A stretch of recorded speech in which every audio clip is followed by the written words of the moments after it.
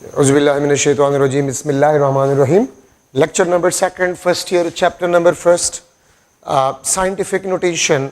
Scientific notation आपके पास जो है, अगर आप किसी नंबर को स्टैंडर्ड फॉर्म में लिख लें, अगर आप किसी नंबर को स्टैंडर्ड फॉर्म में रख लें, लिख लें m multiply by 10 to power plus minus n, तो इसको हम साइंटिफिक नोटेशन कहते हैं। साइंटिफिक नोटेशन में एक बात सिर्फ याद रखें कि डेसिमल पॉइंट है, डेसिमल पॉइंट, ये देखिए डेसिमल पॉइंट है, डेसिमल पॉइंट के लेफ्ट साइड पे आपके पास एक नॉन जीरो डिजिट होना चाहिए, one non zero digit at the left side of decimal point, ये जरूरी है। अगर डेसिमल पॉइंट के लेफ्ट साइड पे जीरो हो फिर ये साइंटिफिक नोटेशन नहीं होगा। अगर डेसिमल पॉइंट के लेफ्ट साइड पे दो डिजिट्स हो फिर भी आपके पास ये साइंटिफिक नोटेशन नहीं होगा। ठीक है, ये बात याद रखिए। तो साइंटिफिक नोटेशन में सिर्फ ये एक बात है कि डेसिमल पॉइंट के लेफ्ट साइड पे एक नॉन जीरो डिजिट होना चाहिए, ये इसके लिए रूल है। लार्ज नंबर को या स्मॉल नंबर को आप इन पावर ऑफ 10 फॉर्म में लिख ले, इसको हम साइंटिफिक नोटेशन कहते हैं। ठीक है, अच्छा, प्रीफिक्सेस आपके पास क्या है? प्रीफिक्सेस याद रखिए, कुछ स्पेसिफिक पावर ऑफ 10 को, सम स्पेसिफिक पावर ऑफ 10 को स्पेसिफिक नेम्स दिए गए हैं और उसको बेसिकली कहा जाता है प्रीफिक्सेस। इसको हम क्या कहते हैं? प्रीफिक्सेस हम इसको कहते हैं। ठीक है, आप देखिए सेंटीमीटर, ठीक है, सेंटी, मिली आपके पास जो है, माइक्रो आपके पास जो है, kilo, etcetera, these are prefixes. Centi आपको पता है 10 टू पावर -1, ठीक है, centi 10 to power -2, milli 10 to power -3, micro 10 to power -6, kilo 10 to power 3। तो याद रखिए कुछ स्पेसिफिक पावर ऑफ 10 को स्पेसिफिक नाम दिए गए हैं जिसको हम क्या कहते हैं? प्रीफिक्सेस कहते हैं। इसको हम क्या कहते हैं? प्रीफिक्सेस कहते हैं। अब इसमें कोई साइंस नहीं है, कोई लॉजिक नहीं है कि मैं आपको बताऊं। ठीक है, इसको आपने याद करना होगा। ठीक है, तो some specific name is given to some specific power of 10, उसको बेसिकली हम कहते हैं प्रीफिक्सेस। इसको हम प्रीफिक्सेस कहते हैं। अच्छा, अब अगर आप बुक में देखें तो कन्वेंशनल रूल्स है फॉर यूनिट्स।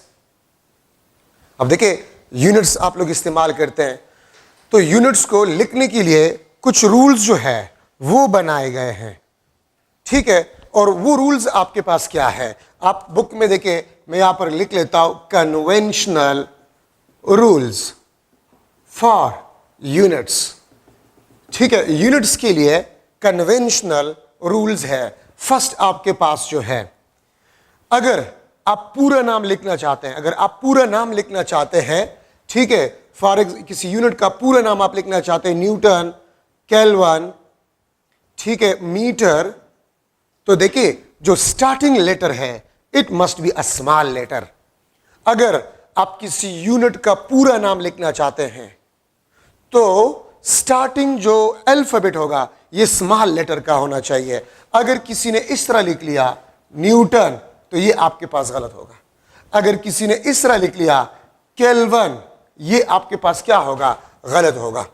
तो अगर आप किसी फिजिकल क्वांटिटी के यूनिट का पूरा नाम लिखना चाहते हैं तो स्टार्टिंग लेटर जो होगा वो स्मॉल लेटर होना चाहिए। ठीक है, इवन अगर यूनिट्स किसी साइंटिस्ट के नाम के बेस पे हो या ना हो। ठीक है, तो ये आपके पास फर्स्ट रूल है। अगर कुछ यूनिट्स आप लोगों ने देखा होगा, Newton, kelvin, coulomb, farad, pascal वगैरह, ये साइंटिस्ट के नाम है।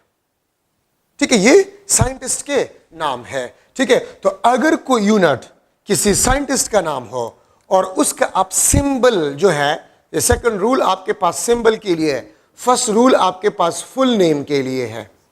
अगर आप सिंबल, ठीक है, लेकिन सिंबल उन यूनिट्स का जो किसी साइंटिस्ट का नाम हो तो आप स्टार्टिंग लेटर को कैपिटल लिख लें, this is correct. Kelvin scientist का नाम है, दिस इज करेक्ट। लेकिन अगर कोई यूनिट किसी साइंटिस्ट का नाम नहीं है तो फिर आप इसको स्मॉल से रिप्रेजेंट कर सकते हैं। तो सेकंड रूल आपके पास ये है कि उन फिजिकल क्वांटिटीज के यूनिट्स जो किसी साइंटिस्ट का नाम हो, अगर उसका आप सिंबल लिखना चाहते हैं तो स्टार्टिंग लेटर को कैपिटल में लिख ले, ये आपके पास सेकंड। अगर न्यूटन को किसी ने इस तरह लिख लिया, न्यूटन को स्मॉल एन से, गलत होगा। केल्विन को आपने इस तरह लिख लिया, ये गलत होगा। ठीक है, ये याद रखिए। थर्ड आपके पास जो है, थर्ड, अगर आप प्रीफिक्स को इस्तेमाल करना चाहते हैं, अगर आप प्रीफिक्स को इस्तेमाल करना चाहते हैं तो मैं लिख लूंगा no space between prefix and base unit. Base unit और प्रीफिक्स के दरमियान कोई स्पेस आपके पास नहीं होना चाहिए।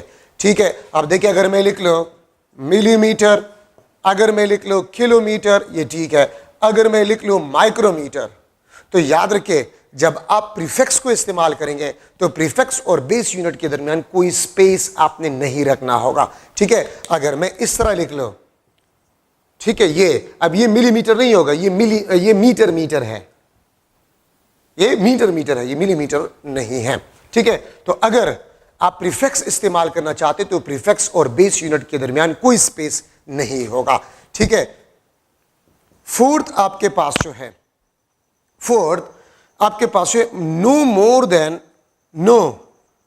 Then one prefix used, no more than one prefix used in single measured value. Single measured value में अगर आपके पास जो है प्रीफिक्स आप इस्तेमाल करना चाहते हैं तो एक से ज्यादा प्रीफिक्स को आप इस्तेमाल नहीं कर सकते। आप अगर देखें, अगर मैं लिख लो 3 मल्टीप्लाई बाय 10⁻³ सेंटीमीटर, तो ये ठीक है, आपने एक प्रीफिक्स इस्तेमाल किया, ये ठीक है। लेकिन अगर कोई इस तरह लिख ले कि यार ये भी तो मिली है, और कोई इस तरह लिख ले 3 मिली सेंटीमीटर, तो ये आपके पास गलत होगा। तो याद रखिए, आप डेटा में सिर्फ एक प्रीफिक्स इस्तेमाल कर सकते हैं, आप एक से ज्यादा प्रीफिक्स इस्तेमाल नहीं कर सकते।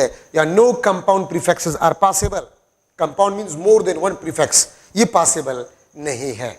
ठीक है, अच्छा, अब अगर मैं फिफ्थ रूल को लो तो मस्ट बी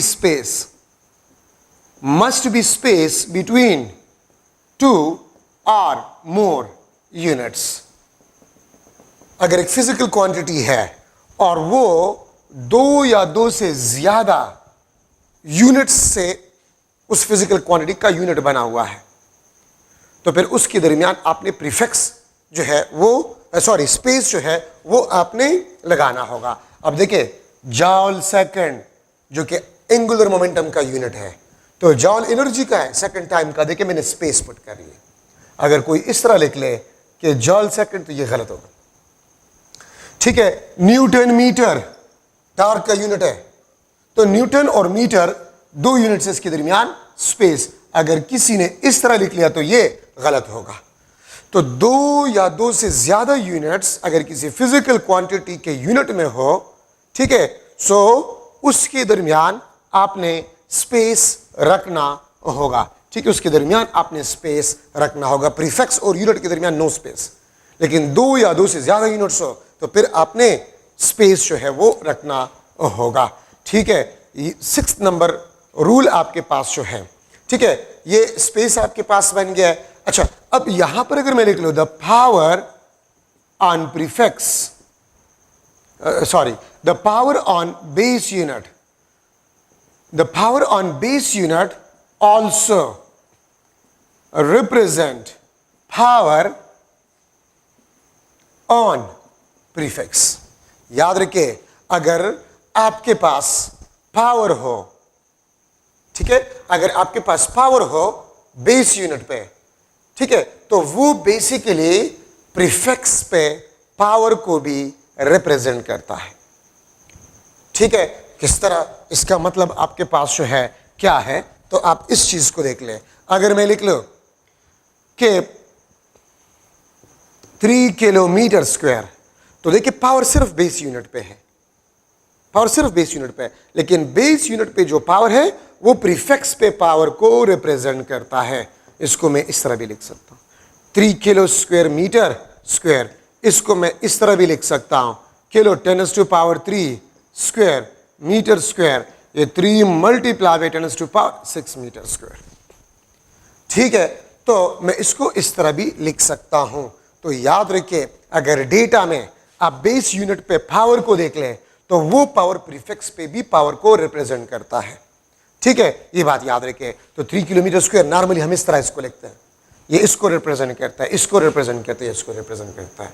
और एक बात याद रखिए, अगर आप बेस यूनिट के पावर को, अगर आप बेस यूनिट के पावर को खोल लें और जो रिजल्टेंट 10 पावर आ जाए तो फिर उसका प्रीफिक्स आप इस्तेमाल नहीं कर सकते। मतलब अगर कोई इस तरह लिख ले कि यार ये तो 10⁻⁶ है, मैं इसको लिख सकता हूं मेगामीटर स्क्वायर, मेगामीटर स्क्वायर, तो ये गलत होगा। मैं इसको इस तरह नहीं लिख सकता। इस तरह आप इसको लिख सकते हैं, इस तरह लिख सकते हैं, इस तरह लिख सकते हैं, इस तरह लिख सकते हैं, वो आप नहीं लिख सकते। ठीक है, और इसमें जो लास्ट रूल आपके पास है, लास्ट रूल वो ये है कि all data must be in a standard system. और स्टैंडर्ड सिस्टम कौन सा है? एसआई सिस्टम है। तमाम डेटा आपने सिंगल सिस्टम में रखना होगा और फिर आपने प्रॉब्लम को सॉल्व करना होगा।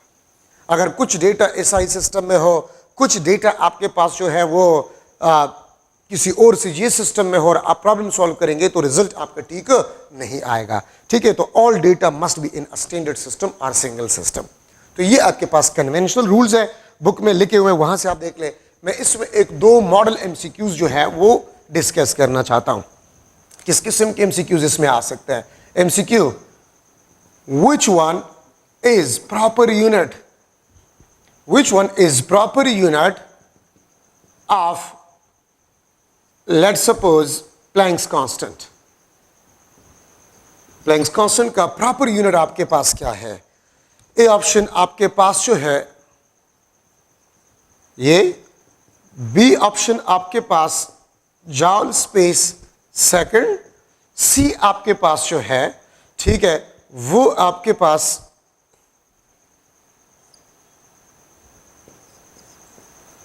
जॉल सेकंड, और डी आपके पास जो है दैट इज जॉल सेकंड।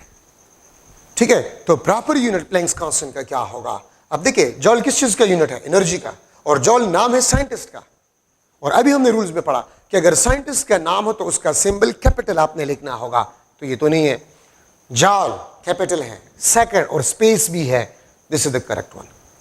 ये क्यों करेक्ट नहीं है? क्योंकि पूरा नाम स्मॉल अल्फाबेट से लिखा जाता है, इसमें तो कैपिटल है, तो ये भी गलत है। ठीक है, और ये देखिए इसमें स्पेस नहीं है, तो ये भी गलत है। तो आपके पास B option is the correct option. तो इस किस्म के एमसीक्यूज आपके पास इन रूल्स में आ सकते हैं कि इस फिजिकल क्वांटिटी का आपके पास जो है प्रॉपर यूनिट क्या होगा। मैं इस तरह भी लिख सकता, MCQ 5 millimetre square can be written as dash। ये ऑप्शन आपके पास 5 multiply by 10⁻³ metre square. B option आपके पास जो है 25 multiply by 10⁻⁻6 metre square. C option आपके पास जो है 5 मल्टीप्लाई बाई 10⁻⁻6 मीटर स्क्वायर। ठीक है, बल्कि मैं इसको लिख लेता हूं 25 मल्टीप्लाई बाई 10⁻6 मीटर। चलो मैं ये ऑप्शन भी लिख लेता हूं 5 माइक्रोमीटर स्क्वायर, ये आपके पास डी ऑप्शन। और अगर मैं ई ऑप्शन लिख लो, बोथ सी एंड डी। ठीक है, बोथ सी एंड डी। तो देखिए 5 millimetre square can be written as dash. तो देखिए, अब अगर आप ऑप्शंस को देखें तो आपको अंदाजा हो जाएगा कि इस प्रीफिक्स को ओपन किया गया है। ठीक है, तो रूल्स के मुताबिक से 5 मिलीमीटर स्क्वायर तो 10⁻³ स्क्वायर मीटर स्क्वायर। ठीक है, और इसको आप लिख सकते हैं -6 मीटर स्क्वायर। ठीक है, तो ये आपके पास करेक्ट ऑप्शन आ गया है। अब अगर आप में से कुछ स्टूडेंट्स ये सोच रहे हैं कि ये भी तो माइक्रो है और ये भी, तो बोथ आपके पास करेक्ट हो, तो गलत है। रूल में अभी आपको मैंने बताया कि आप 10 पावर प्रीफिक्स के पावर के रूल को आप पावर को खोल ले तो फिर रिजल्टेंट के जो रिजल्टेंट पावर आ जाते हैं उसका प्रीफिक्स आप इस्तेमाल नहीं कर सकते। सो ये करेक्ट है। ठीक है, आप में से ज्यादातर स्टूडेंट्स जहन में ये आएगा कि ये और ये तो एक ही चीज है। ठीक है, एक ही चीज है, लेकिन ऊपर डेटा को आप देख लें ठीक है, उसके मुताबिक से ये करेक्ट ऑप्शन है, रूल के मुताबिक से ये नहीं है। क्यों? क्योंकि रूल में हमने पढ़ा कि बेस यूनिट पे जो पावर है वो प्रीफिक्स पे पावर को रिप्रेजेंट करता है। तो अगर आप माइक्रो का स्क्वायर ले तो ये तो 10⁻⁻12 को रिप्रेजेंट कर रहा है, ना कि 10⁻⁻6। ठीक है, तो आपके पास करेक्ट ऑप्शन जो है 5 मल्टीप्लाई बाय 10⁻⁻6 मीटर स्क्वायर। तो ये कन्वेंशनल रूल्स में इस किस्म के एमसीक्यूज आपके पास आ सकते हैं। ठीक है, तो ये आपके आइडिया के लिए 2 मॉडल एमसीक्यूज मैंने डिस्कस कर लिए हैं। ठीक है, तो ये आपके पास कन्वेंशनल रूल्स है। अच्छा, अब यहां पर हम डिस्कस कर रहे हैं एरर। ठीक है, अब हम एरर को डिस्कस कर रहे हैं। तो एरर आपके पास क्या है? तो आप लोग याद रखें, एरर आपके पास है this is always positive because error is a magnitude. ठीक है, एरर हमेशा पॉजिटिव होता है। क्यों? क्योंकि एरर मींस मैग्नीट्यूड। मैग्नीट्यूड कभी भी नेगेटिव नहीं हो सकता। Magnitude is always positive and scalar. इसीलिए हम इसका एब्सोल्यूट निकालते हैं। इसलिए हम इसका क्या निकालते हैं? एब्सोल्यूट निकालते हैं। ठीक है, ये बात याद रखें। अच्छा, अब एरर आपके पास जो है, मैं यहां पर एक सेंटेंस लिख रहा हूं, errors and uncertainties, errors and uncertainties in single measured value. In single measured value will be always aided. अगर आप एक फिजिकल क्वांटिटी को मेजर कर रहे हैं और उसमें मुख्तलिफ किस्म के एरर्स आ जाए तो एरर्स और अनसर्टेनिटीज हमेशा एड होता है। हम एरर्स और अनसर्टेनिटीज को सब्ट्रैक्ट नहीं कर सकते। ठीक है, अच्छा, मैक्सिमम पॉसिबल एरर, ठीक है, with respect to pointer position, with respect to pointer position, maximum possible error with respect to pointer position. तो with respect to pointer position maximum possible error आपके पास जो होगा, this is equal to half of least count of a measuring device, half of least count of a measuring device. अब least count आपके पास क्या है? ठीक है, तो लीस्ट काउंट आपके पास जो होता है वो स्मॉलेस्ट मैग्नीट्यूड जिसको हम किसी डिवाइस से मेजर कर सके उसको हम लीस्ट काउंट कहते हैं। ठीक है, मैं इसको सर्कल कर लेता हूं। लीस्ट काउंट आपके पास क्या है? This is least count, the smallest division,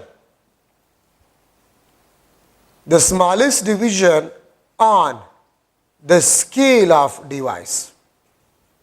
ठीक है, वो स्मॉलेस्ट डिवीजन किसी स्केल पे या वो स्मॉलेस्ट मैग्नीट्यूड जो हम किसी स्केल से या डिवाइस से मेजर कर सके उसको बेसिकली हम कहते हैं लीस्ट काउंट। तो देखिए, maximum possible error with respect to pointer position, half of least count. Pointer position क्या है मैं एक्सप्लेन कर रहा हूं। ठीक है, इसके बाद मैं एक्सप्लेन कर रहा हूं। और अगर मैं लिख लो मैक्सिमम पॉसिबल एरर और पॉइंटर पोजीशन की कोई बात मैं ना करूं, ठीक है, वो आपके पास L.C लिस्ट काउंट के बराबर होता है। तो देखिए, मैक्सिमम पॉसिबल एरर अगर आप एक डिवाइस इस्तेमाल करें तो वो लिस्ट काउंट जितना होगा। ठीक है, ये बात आप लोग याद रखें। तो maximum possible error equal to the least count of a device और पॉइंटर पोजीशन के मुताबिक से हाफ ऑफ लीस्ट काउंट। तो आप ये देखें, अगर मैं रूलर को ले रहा हूं, ठीक है, दिस इज रूलर 1 2 3 4 5, 1 2 3 4 5, ये आपके पास 1 सेंटीमीटर 1 2 3 4 5 इस तरह जाते जाए। अगर मैं रूलर को इस्तेमाल कर रहा हूं, अगर मैं रूलर को इस्तेमाल कर रहा हूं और एक लाइन के, ये आपके पास एक लाइन है और इस लाइन के लेंथ को मैं रूलर से मालूम करना चाहता हूं। ठीक है, तो आप इसके लेंथ को आप लोग देख ले। लेंथ आपके पास होगा, देखिए ये सेकंड डिवीजन है 1, मैं लिखूंगा 1, ठीक है, और 0.2 सेंटीमीटर। तो देखिए, जहां से आप रीडिंग लेते हैं, मैं यहां से रीडिंग लेता हूं, तो जहां से आप रीडिंग लेते हैं ये आपके पास पॉइंटर पोजीशन होता है। जहां से आप रीडिंग लेते हैं वो आपके पास पॉइंटर पोजीशन होता है। ठीक है, फॉर एग्जाम्पल आप गाड़ी के स्पीडोमीटर को ले रहे हैं, तो गाड़ी के स्पीडोमीटर से आप जहां से रीडिंग ले रहे वो आपका पॉइंटर पोजीशन होगा। ठीक है, आपके पास एम्पेयर मीटर है, this is let suppose ampere metre 0 1 2 3 4 5 1 2 3 4 5, ये आपके पास लेट सपोज 10 एम्पेयर और ये 5 एम्पेयर, ये आपका एम्पेयर मीटर है, ये आपके पास एम्पेयर मीटर है। ठीक है, तो अगर आपने इसको एक सर्किट में लगाया हुआ है और इसका पॉइंटर यहां पर है, तो यहां से आप रीडिंग लेंगे, इसको बेसिकली हम पॉइंटर पोजीशन कहते हैं, जहां से आप रीडिंग लेते हैं। तो अब आप थोड़ा सा इस डायग्राम को देखें, आप इसको देखें, क्या इस लाइन का जो एंड है ये एग्जैक्टली इस सेकंड डिवीजन पे है? नो, ये इस सेकंड और थर्ड के दरमियान है, सेकंड और थर्ड डिवीजन के दरमियान है, मतलब एग्जैक्टली आपके पास सेकंड डिवीजन पे नहीं है। तो मैं यहां पर कह सकता हूं, देखिए ये इस सेकंड और थर्ड डिवीजन के दरमियान है, दरमियान। तो दरमियान का मतलब क्या होता है? Mid point. दरमियान का मतलब क्या होता है? Mid point. तो देखिए इस रूलर के किसी भी दो डिविजन्स के दरमियान आपके पास जो डिस्टेंस होता है वो लीस्ट काउंट होता है, जो कि 0.1 सेंटीमीटर होता है, या 1/10 सेंटीमीटर, या 1 मिलीमीटर आपके पास होता है। तो आप लोग देखें, आप इस बात को थोड़ा सा सुने, कोई भी डिवाइस हो तो दो डिविजन्स के दरमियान जो डिस्टेंस होता है वो लीस्ट काउंट के बराबर होता है। तो देखिए अगर आप इस लाइन के एंड को देखें, ये एग्जैक्टली इस सेकंड डिवीजन पे नहीं है, इन दो डिविजन्स के दरमियान, दरमियान, दरमियान मींस मिड पॉइंट, दरमियान मींस मिड पॉइंट, और दो डिविजन्स के दरमियान डिस्टेंस लीस्ट काउंट है, तो मिड मींस हाफ, पूरा लेंथ दो डिविजन्स के दरमियान उसको हाफ करें मिड, तो मिड आ जाएगा, तो हाफ ऑफ लीस्ट काउंट। ठीक है, सो अगर आप इस पॉइंटर पोजीशन के बेस पे लिख ले तो ये आपके पास half of a least count error. बस एक रूल बनाया गया है कि जो हम आम जिंदगी में कहते हैं ना कि इसका इन दो डिविजन्स के दरमियान होगा, तो दरमियान मिड, तो उसका मिड हाफ लीस्ट काउंट, दो डिविजन्स का हाफ तो हाफ लीस्ट काउंट। ठीक है, अच्छा अब यहां पर देखें, क्या ये पॉइंटर एग्जैक्टली 5 एम्पेयर पे है? नो, इस 5 और 6 के दरमियान कहीं पर है, दरमियान मिड हाफ लीस्ट काउंट, तो यहां पर भी आपके पास एरर हाफ लीस्ट काउंट। लेकिन अगर मैं आप लोगों से पूछ लूं, क्या ये एंड, स्टार्टिंग एंड, क्या ये एग्जैक्टली 0 पे है? नो। ठीक है, तो हाफ लीस्ट काउंट एरर यहां पर, हाफ लीस्ट काउंट एरर यहां पर। और मैंने क्या कहा कि हम एरर्स को ऐड करते हैं, हम एरर्स को सब्ट्रैक्ट नहीं कर सकते, हम एरर्स को मल्टीप्लाई नहीं कर सकते, हम एरर्स को डिवाइड नहीं कर सकते, हम एरर्स को सिर्फ ऐड कर सकते हैं। क्यों ऐड करते हैं? अगर आपके जहन में आ रहा है तो ये एक ही लाइन है ना, हाफ लीस्ट काउंट एरर इस एक एंड पे है, हाफ लीस्ट काउंट एरर इस दूसरे एंड पे है। जरूरी तो नहीं है कि ये भी एग्जैक्टली 0 पे है, 0 से आगे पीछे हो सकता है। तो आगे पीछे दो डिविजन्स के वही दरमियान वाली बात हम करते हैं, तो हाफ लीस्ट काउंट, तो हाफ लीस्ट काउंट एरर यहां पर है, हाफ लीस्ट काउंट एरर यहां पर है, तो टोटल एरर क्या होगा? Half least count plus half least count, और ये आपके पास बन जाएगा least count of a device. ये आपके पास least count of a device बन जाएगा। ठीक है, ये बात याद रखिए। तो इसलिए मैंने आपको कहा ना, देखिए अब मैं अगर इस हाफ लिस्ट काउंट और हाफ लिस्ट काउंट को सब्ट्रैक्ट करूं तो 0, और एरर कभी भी 0 नहीं हो सकता। अगर मैं मल्टीप्लाई करूं तो 1/4, तो एरर तो कम हुआ, एरर कम नहीं हो सकता। ठीक है, तो इसलिए हम एरर्स को हमेशा ऐड करते हैं। तो maximum possible error is equal to a least count of a device.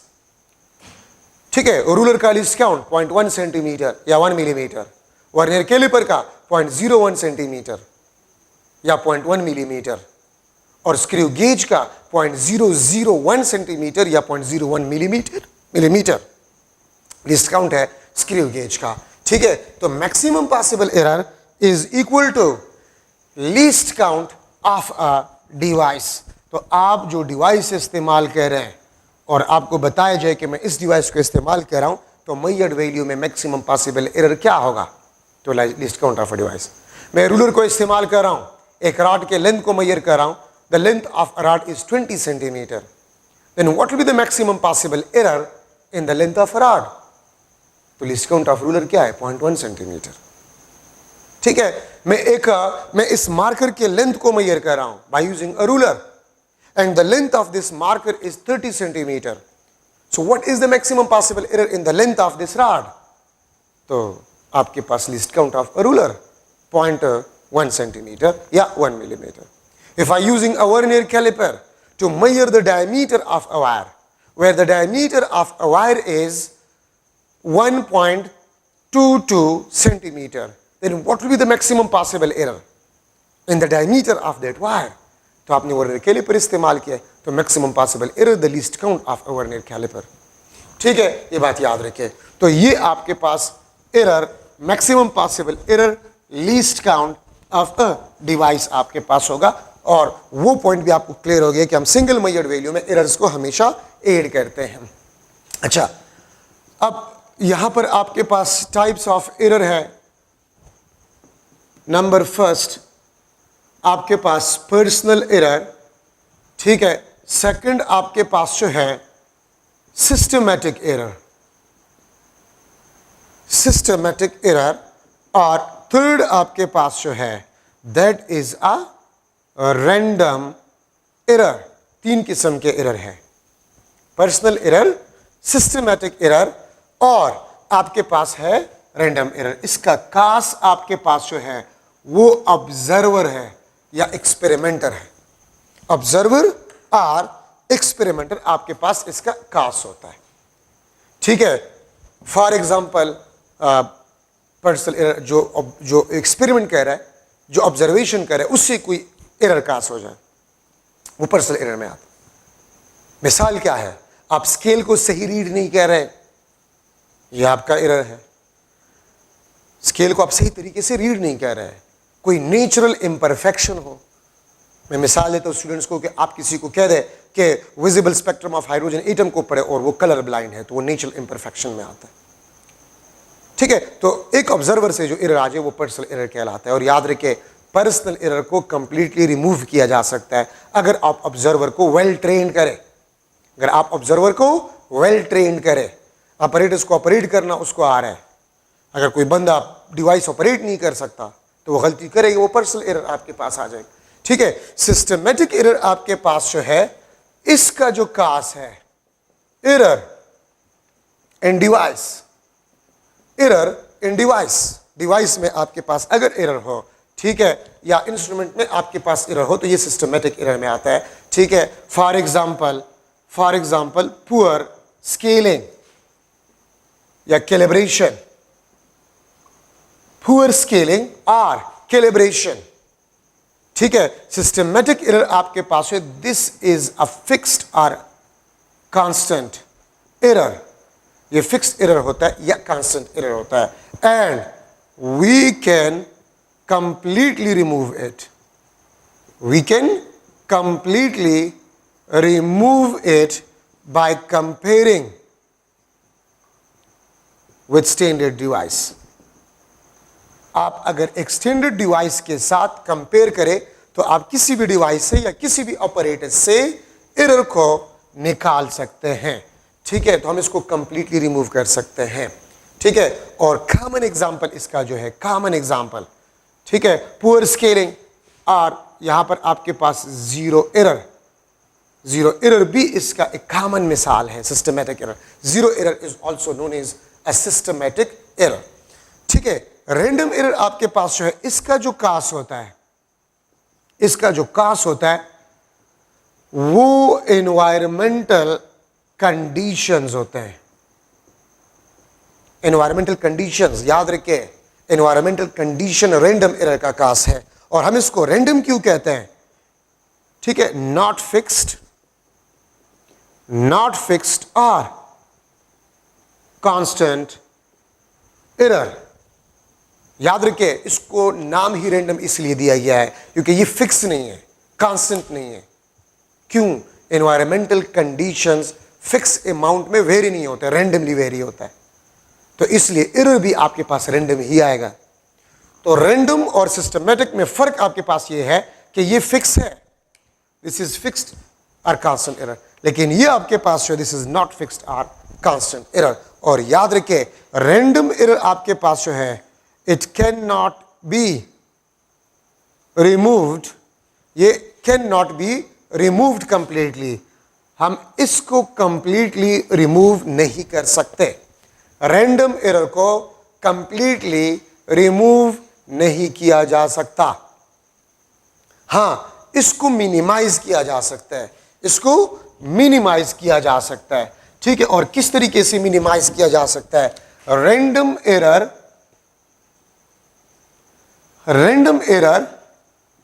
Can be minimized.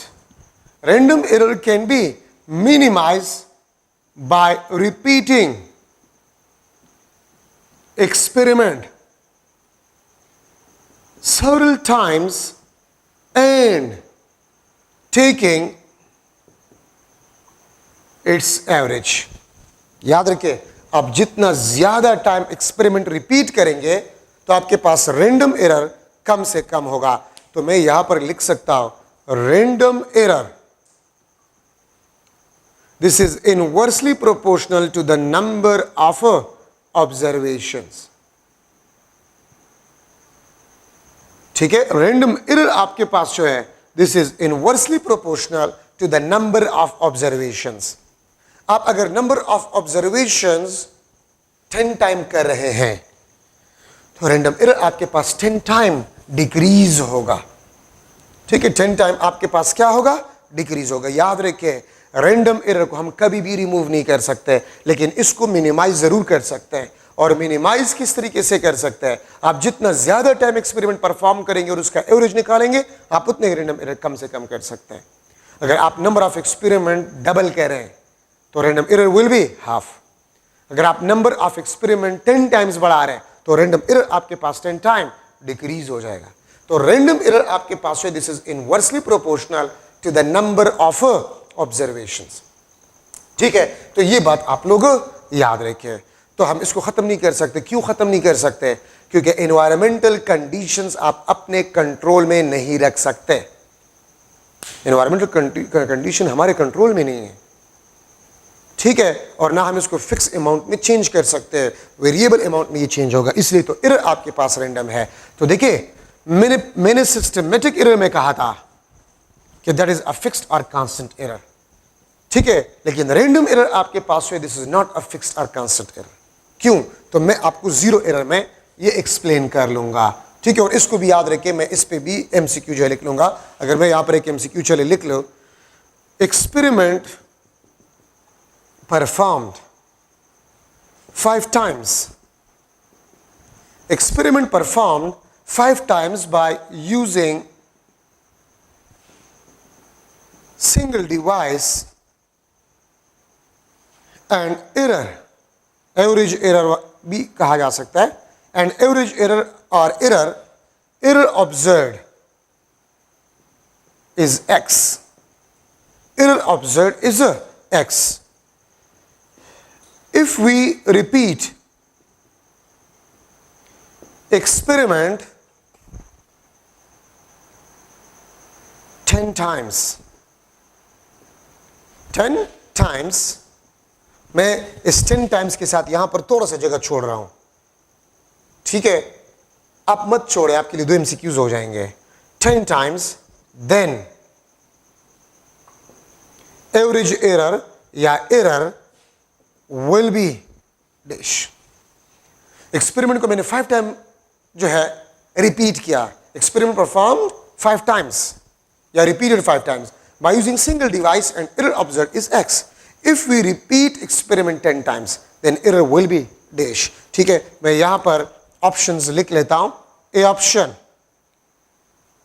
X, B option 2X, C option X divided by 2 और D option x divide by 3। अब देखिए थोड़ा सा, पहले हमने एक्सपेरिमेंट कितना टाइम परफॉर्म किया? 5 times, और एरर आपके पास क्या था? x था।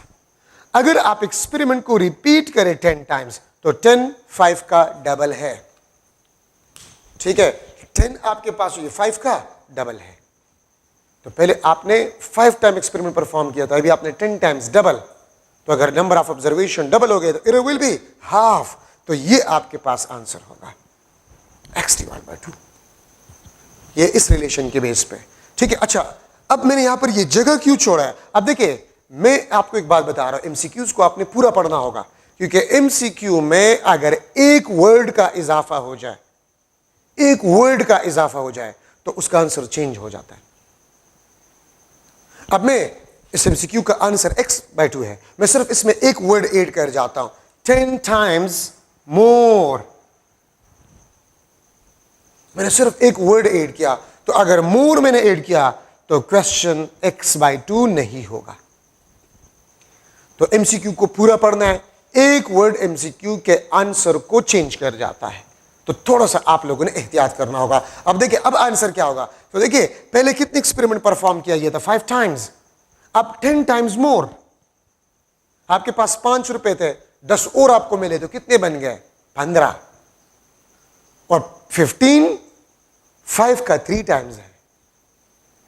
मैं फिर रिपीट कर रहा हूं, आपके पास 5 रुपए थे, मैंने आपको 10 और दिए, आई गिव 10 रुपीज मोर। ठीक है, तो मोर का मतलब है कि मैंने आपको 10 और दिया, आपके पास 15 हो गए। तो पहले एक्सपेरिमेंट 5 टाइम्स, अब 10 टाइम्स मोर, तो 5 + 10 15, तो इट मींस 15 5 का 3 टाइम है। अब आपके पास आंसर x/3 होगा, x/2 नहीं होगा।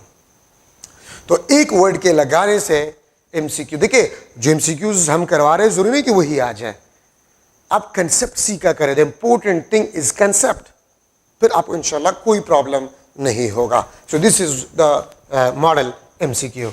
अच्छा, अब आपके पास है जीरो एरर। अब जीरो एरर आपके पास क्या है? Zero error when scale of a device is not zero before operating a device, before operating a device. So फिर इसको जीरो एरर कहते हैं।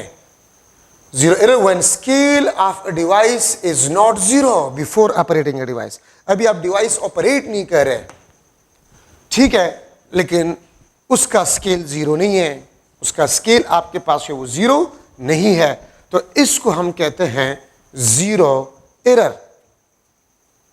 क्या मतलब है? आपके पास लेट्स सपोज स्टॉपवॉच है, स्टॉपवॉच आप लाख कोशिश करें वो जीरो से शुरू नहीं हो रहा, वो 5 सेकंड से शुरू हो रहा है, ठीक है, तो 5 सेकंड से शुरू हो रहा है, इसमें जीरो एरर है। ये आपके पास एम्पेयर मीटर है, ये एम्पेयर मीटर है, let's suppose this is ampere metre, device जो कि करंट को मेजर कर रहा है। ये आपके पास 0 1 2 3 4 5 एम्पेयर, ये आपके पास 1 2 3 4, ये आपके पास 10 एम्पेयर, ठीक है। अब अगर आपने इसको सर्किट में नहीं लगाया, मैं इसके साथ लिख लेता हूं, not connected, not connected in circuit. अभी आपने इसको सर्किट में नहीं लगाया, लेकिन देखिए ये तो आपको बता रहे कि सर्किट इसमें एम्पेयर मीटर में से 1 एम्पेयर करंट पास हो रहा है, ठीक है, तो इसका मतलब ये है कि इसका स्केल जीरो पे नहीं है, हम एम्पेयर मीटर को यूज नहीं करें, इसका स्केल जीरो पे नहीं है, तो इस किस्म के एरर को हम क्या कहते हैं? जीरो एरर हम इसको कहते हैं, ठीक है, ये बात याद रखिए। सो अगर किसी भी डिवाइस का स्केल जीरो ना हो, जीरो ना हो बिफोर ऑपरेटिंग इट, इसको हम जीरो एरर कहते हैं। तो जो मैंने सिस्टमेटिक एरर में लिखा था कि systematic error is a fixed error और कांस्टेंट एरर, तो इसका मतलब आपके पास क्या बनता है? इसका मतलब आपके पास यह बनता है कि अगर आप इस एम्पेयर मीटर को 1000 दफा इस्तेमाल करें तो हर दफा ये आपको 1 एम्पेयर एरर देगा, हर दफा ये आपको 1 एम्पेयर एरर देगा, ठीक है, ये याद रखिए। आप इसको 100 दफा इस्तेमाल करें तो हर दफा ये आपको 1 एम्पेयर एरर देगा, क्योंकि इसमें जीरो एरर 1 एम्पेयर है। तो इसलिए मैंने सिस्टमेटिक एरर में लिखा था कि systematic error is a fixed और कांस्टेंट एरर। तो मैं देखिए एमसीक्यू बना सकता हूं, किस तरह बना सकता हूं? If I repeat experiment by using a single device 10 times, मैं एक्सपेरिमेंट को 10 टाइम्स जो है रिपीट कर रहा हूं, ठीक है, and every time I get a fixed error और constant error, then the type of error will be dash. तो systematic error, type of error आपके पास सिस्टमेटिक एरर होगा, ठीक है, मे बी आपको 3-4 मेजर्ड वैल्यूज गिवन हो विद एरर, और आपसे पूछ लिया जाए कि इस डेटा से मुझे बताए the type of error will be dash, तो अगर आप देखें एरर फिक्स आ रहा है तो सिस्टमेटिक एरर, और अगर एरर फिक्स या कांस्टेंट नहीं आ रहा, सेम नहीं आ रहा, तो रैंडम एरर आपके पास होगा। तो ये ज़हन में बिठा दें, ठीक है। If I repeat experiment 10 times by using a single device and every time I get different error, then the type of error will be dash. अगर आप हर दफा डिफरेंट एरर हासिल करें, the type of error will be random error. Type of error आपके पास random error होगा। लेकिन अगर fix error आ जाए तो सिस्टमेटिक एरर आपके पास होगा, ठीक है। अब जीरो एरर आपके पास दो किस्म के हैं, positive zero error, positive zero error. Positive zero error, इसको मैं इस तरह डिफाइन करता हूं, if measured value m.v measured value, if measured value is greater than the actual value, आप एक डिवाइस को इस्तेमाल कर रहे हैं तो आपके पास अगर measured वैल्यू आ जाए एक्चुअल वैल्यू से ज्यादा, ठीक है, तो फिर आपके पास जो एरर होगा वो positive zero error. Type of error systematic होगा, लेकिन एरर आपके पास पॉजिटिव जीरो एरर होगा। Type of error zero error systematic error ही है, ठीक है। लेकिन अगर आपके पास the type of error, if the measured value is greater than the actual value, then the type of error तो systematic.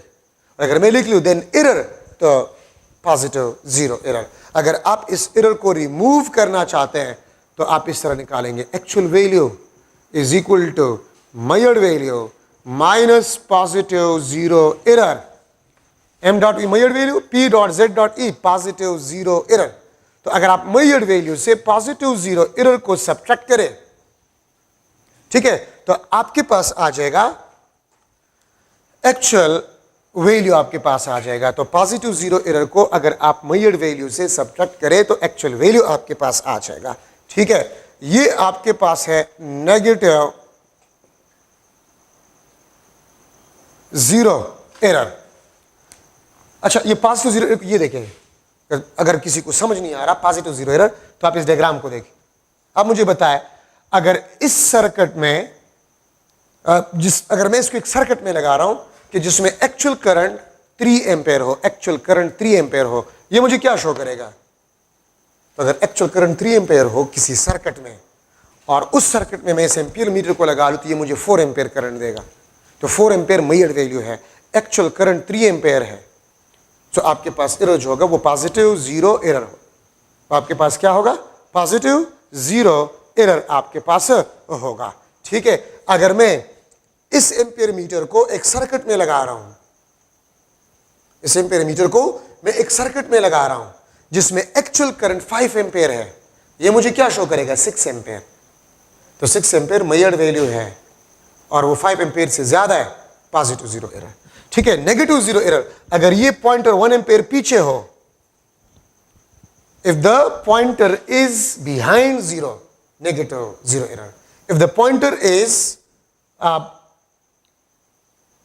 Pointer is on this side from zero, ठीक है, या फॉरवर्ड फ्रॉम जीरो, तो फिर आपके पास पॉजिटिव जीरो एरर होगा। तो नेगेटिव जीरो एरर, अगर ये 1 एम्पियर है पीछे, तो मैं अगर इसको एक ऐसे सर्किट में लगा रहा हूं जिसमें एक्चुअल करंट 4 एम्पियर है, ये मुझे 3 एम्पियर शो करेगा, 3 एम्पियर मेजर्ड वैल्यू। तो इफ मेजर्ड वैल्यू, अगर मेजर्ड वैल्यू एक्चुअल वैल्यू से लेस हो तो फिर आपके पास एरर नेगेटिव जीरो एरर होगा, ठीक है। और अगर मैं एक्चुअल वैल्यू को मालूम कर रहा हूं तो मेजर्ड वैल्यू से आप, मेजर्ड वैल्यू के साथ आप नेगेटिव जीरो एरर को ऐड करें, आपके पास एक्चुअल वैल्यू आ जाएगी।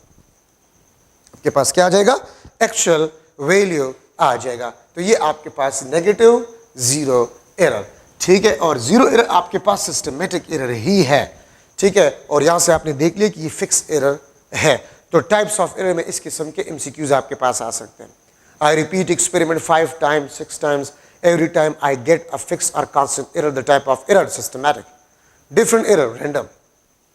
If I repeat experiment n times, then the error will be n time decreases. मतलब जितने नंबर ऑफ एक्सपेरिमेंट्स आप बढ़ा रहे हैं आपके पास एरर उतना ही कम होगा, ठीक ठीक है। सो ये आपके पास टाइप्स ऑफ एरर में इंपॉर्टेंट चीजें आपके पास आ गए। अच्छा, अनसर्टेनिटी में आपके बुक के सीक्वेंस से नहीं जा रहा, मैं अपने सीक्वेंस से जा रहा हूं, किस टॉपिक के बाद में क्या पढ़ाऊं, ठीक है, तो वो मुझे पता है, किस तरह मैं जाऊं तो आपके लिए आसानी होगी, ठीक है। तो मैं अनसर्टेनिटी को जो है वो स्टार्ट कर रहा हूं। अनसर्टेनिटी आपके पास जो है, ये भी आपके पास है, द रेंज और एस्टिमेट ऑफ एरर, रेंज और एस्टिमेट ऑफ एरर, अंदाज़तन एरर। देखिए, अनसर्टेनिटी का मतलब क्या होता है, अनसर्टेनिटी भी एरर है लेकिन नोन एरर नहीं है। नोन एरर एग्जैक्टली आप नहीं बता सकते कि इतना एरर होगा, इसलिए इसको हम अनसर्टेनिटी कहते हैं, ठीक है। इसमें शक होता है, एग्जैक्टली ये हो भी सकता है नहीं भी हो सकता, तो इसीलिए इसको नाम अनसर्टेनिटी दिया गया है। और याद रखिए, अनसर्टेनिटी भी एरर है लेकिन नोन एरर नहीं है। और मुझे किस तरह पता चलेगा कौन सा एरर है और कौन सा अनसर्टेनिटी है, तो बहुत आसान है। अगर आपके पास एक्चुअल वैल्यू है तो आपने जो वैल्यू मेजर की उसका डिफरेंस निकाल ले, वो एरर कहलाता है। लेकिन अगर आपके पास एक्चुअल वैल्यू नहीं है तो फिर आप एस्टिमेटेड, अंदाज़तन एरर लेते हैं, और अंदाज़तन एरर ये अनसर्टेनिटी कहलाता है। अंदाज़तन एरर आपके पास जो है वो अनसर्टेनिटी कहलाता है। और इसकी मिसाल मैं स्टूडेंट्स को ये देता हूँ कि क्लास से आप बाहर है और आपको अंदर में नज़र नहीं आ रहा कि क्लास में सर इजहार इस टाइम किधर मौजूद है, तो कोई बताते यार मुझे तो इस तरह लग रहा है वो बोर्ड के साथ खड़ा है, एग्जैक्टली बात वो नहीं कर सकता कि किधर खड़ा है, ठीक है। तो इसलिए फिर आपके पास इन अनसर्टेनिटीज़ को हम कहेंगे, ठीक है। और अगर एक बंदा आ जाए और वो मुझे देख ले और कह दे कि यार ये तो बोर्ड से नहीं है, दरमियान में खड़ा है, तो जो डिफरेंस था वो एरर था।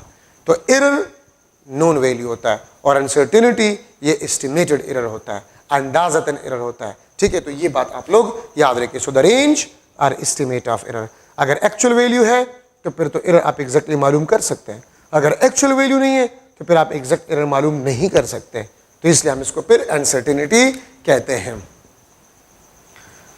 एब्सोल्यूट अनसर्टेनिटी, एब्सोल्यूट अनसर्टेनिटी याद रखें, इसको हम ये भी कहते हैं this is the maximum possible error, जो अभी कुछ देर पहले मैं डिस्कस कर चुका हूं। This is equal two plus minus least count of a device, plus minus least count. ये प्लस आपको किस चीज के बारे में बताता है, ये आपको maximum range of actual value, ये maximum range of actual value, ये माइनस आपके पास जो है ये आपको minimum range of actual value के बारे में बताता है। Plus maximum range of actual value, maximum range of actual value, minimum range of actual value, plus minus. जिस तरह हम आम जिंदगी में इस्तेमाल करते हैं ना, कम उबेश, ठीक है, जिस तरह हम आम जिंदगी में इस्तेमाल करते हैं कम उबेश, ठीक है, तो ये प्लस माइनस वही कम उबेश है, ठीक है।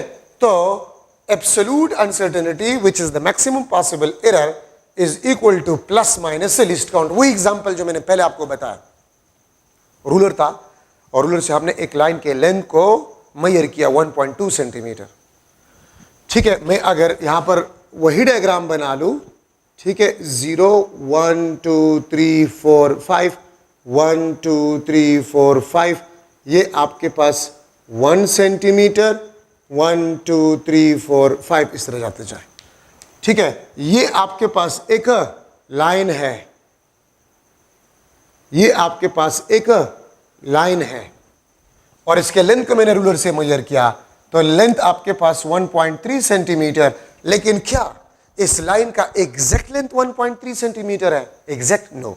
याद रखें, एग्जैक्ट ऑब्जर्वेशन आप नहीं कर सकते कि बस हाँ ये लेंथ है और ये एग्जैक्टली यही वैल्यू है।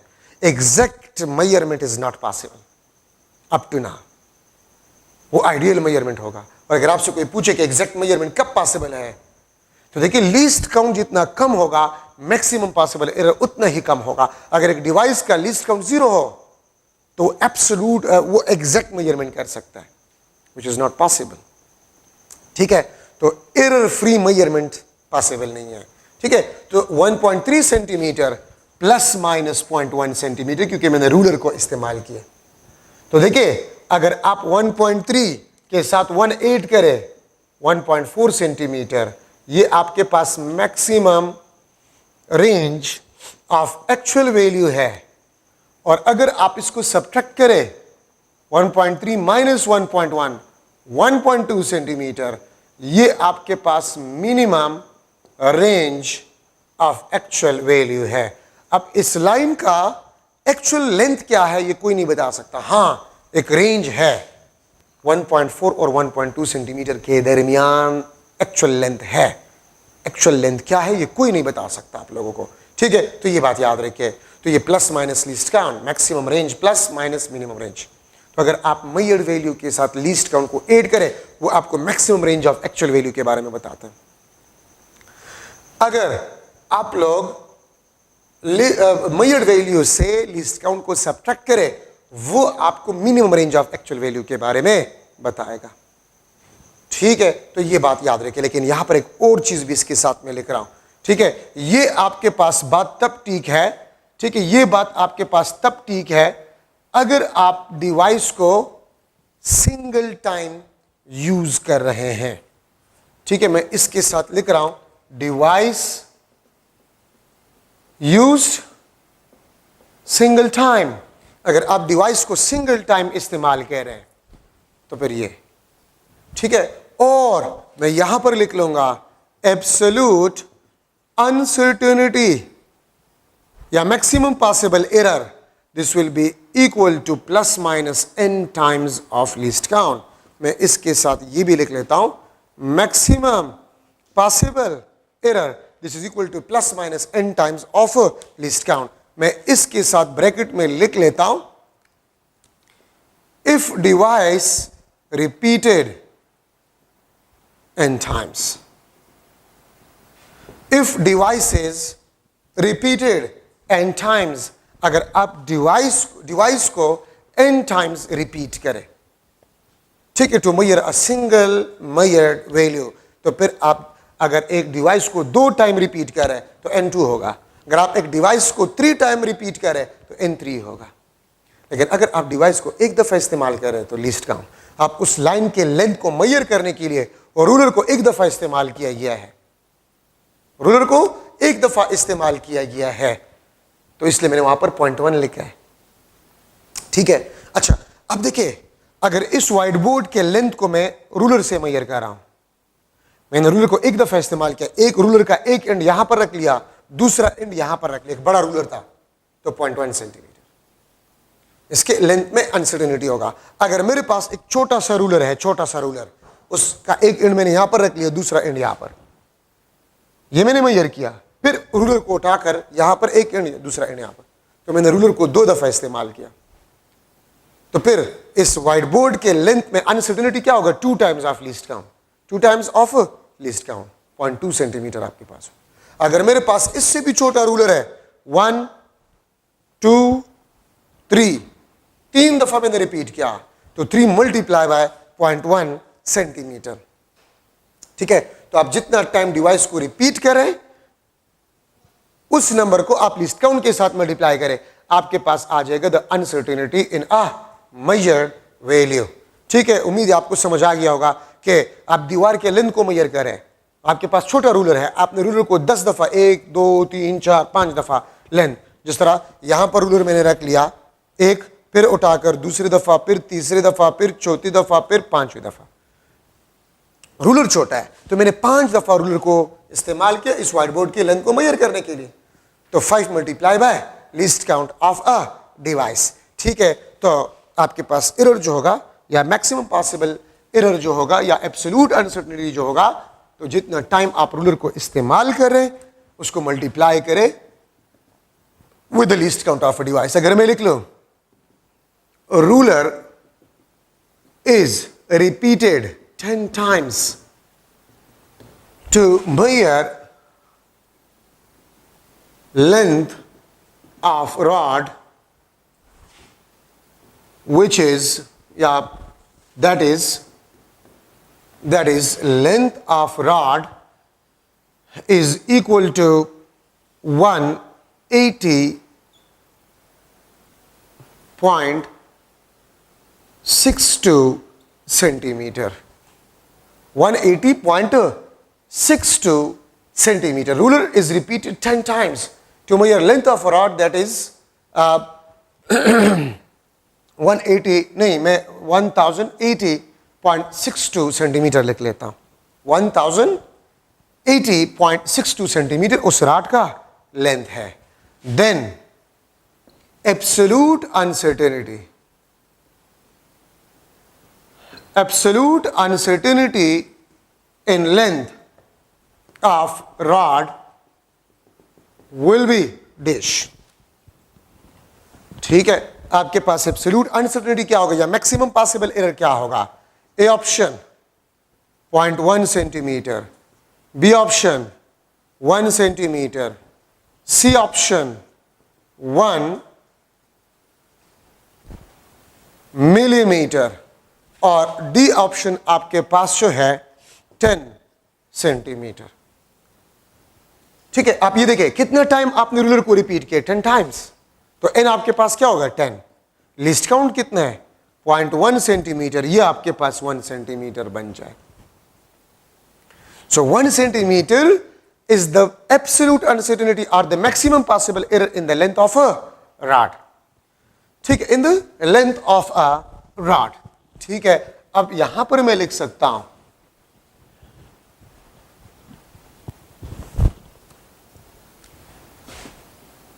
डिवाइस यूज्ड टू मेजर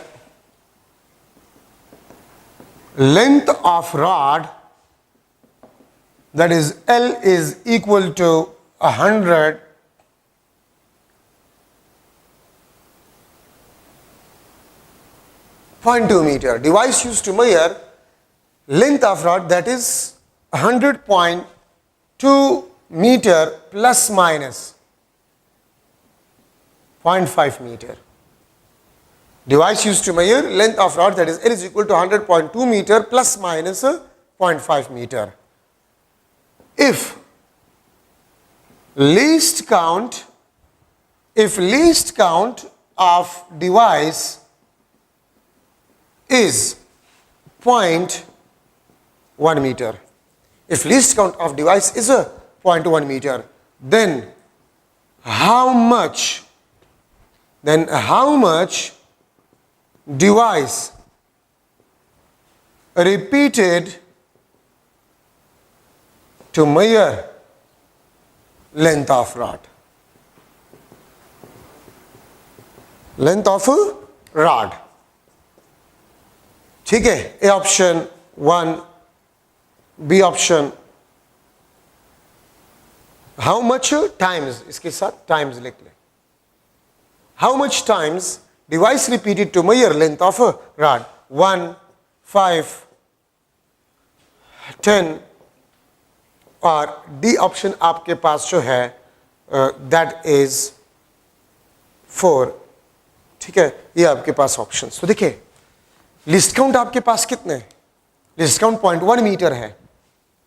ठीक है, और अगर आप देखिए तो एब्सोल्यूट अनसर्टेनिटी कितना दिया गया है? 0.5.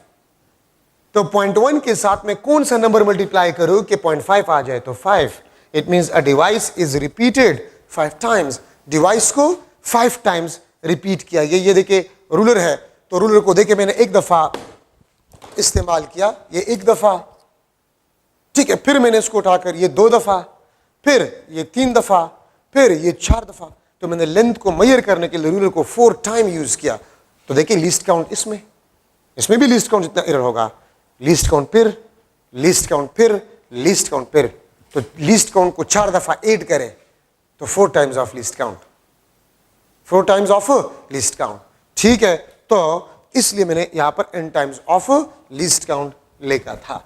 ठीक है, तो ये आपके पास है एब्सोल्यूट अनसर्टेनिटी. अगर आप डिवाइस को n टाइम्स रिपीट कर रहे हैं तो फिर आप n नंबर को मल्टीप्लाई करेंगे विद द लीस्ट काउंट. ठीक है, अब यहां पर आपके पास जो है फ्रैक्शनल, ठीक है, फ्रैक्शनल अनसर्टेनिटी या फ्रैक्शनल को हम रिलेटिव अनसर्टेनिटी बी कहते हैं। फ्रैक्शनल और रिलेटिव अनसर्टेनिटी बी इसको हम कहते हैं। ठीक है, so the ratio of uncertainty and measured value,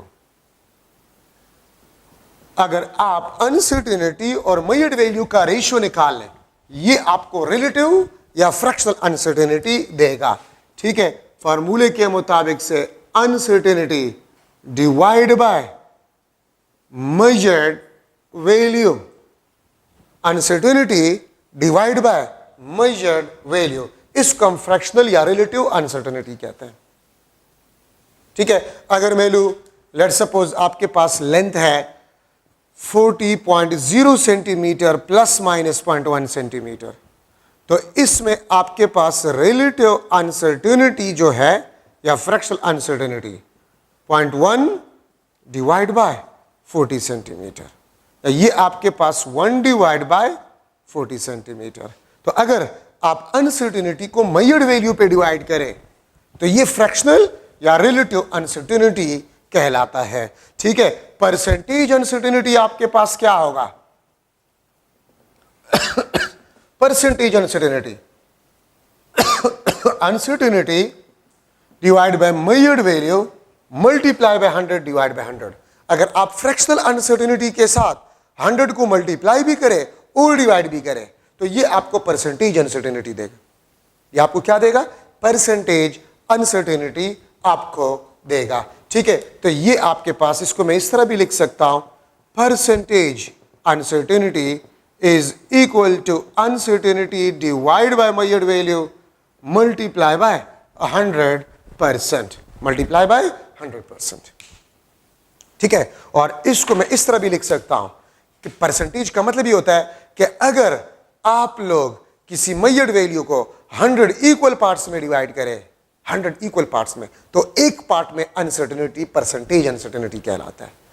percentage uncertainty का मतलब ये होता है कि अगर आप मेजर्ड वैल्यू को 100 इक्वल पार्ट्स में डिवाइड करें तो एक पार्ट में अनसर्टेनिटी फ्रैक्शनल या रिलेटिव अनसर्टेनिटी कहलाता है।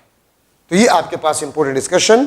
थर्ड लेक्चर में इंशाल्लाह असेसमेंट ऑफ अनसर्टेनिटी, जो कि काफी इंपॉर्टेंट है एमसीक्यूज के लिए, assessment of uncertainty, addition rule, ठीक है, product and division rule, power rule, uncertainty in mean value, uncertainty in timing experiment, precision और एक्यूरेसी, इसको मैं इंशाल्लाह फर्स्ट ईयर में पढ़ाऊंगा। ठीक है, नेक्स्ट लेक्चर में इंशाल्लाह। ठीक है, तो आप इसको एक नज़र पढ़ें। Thank you so much.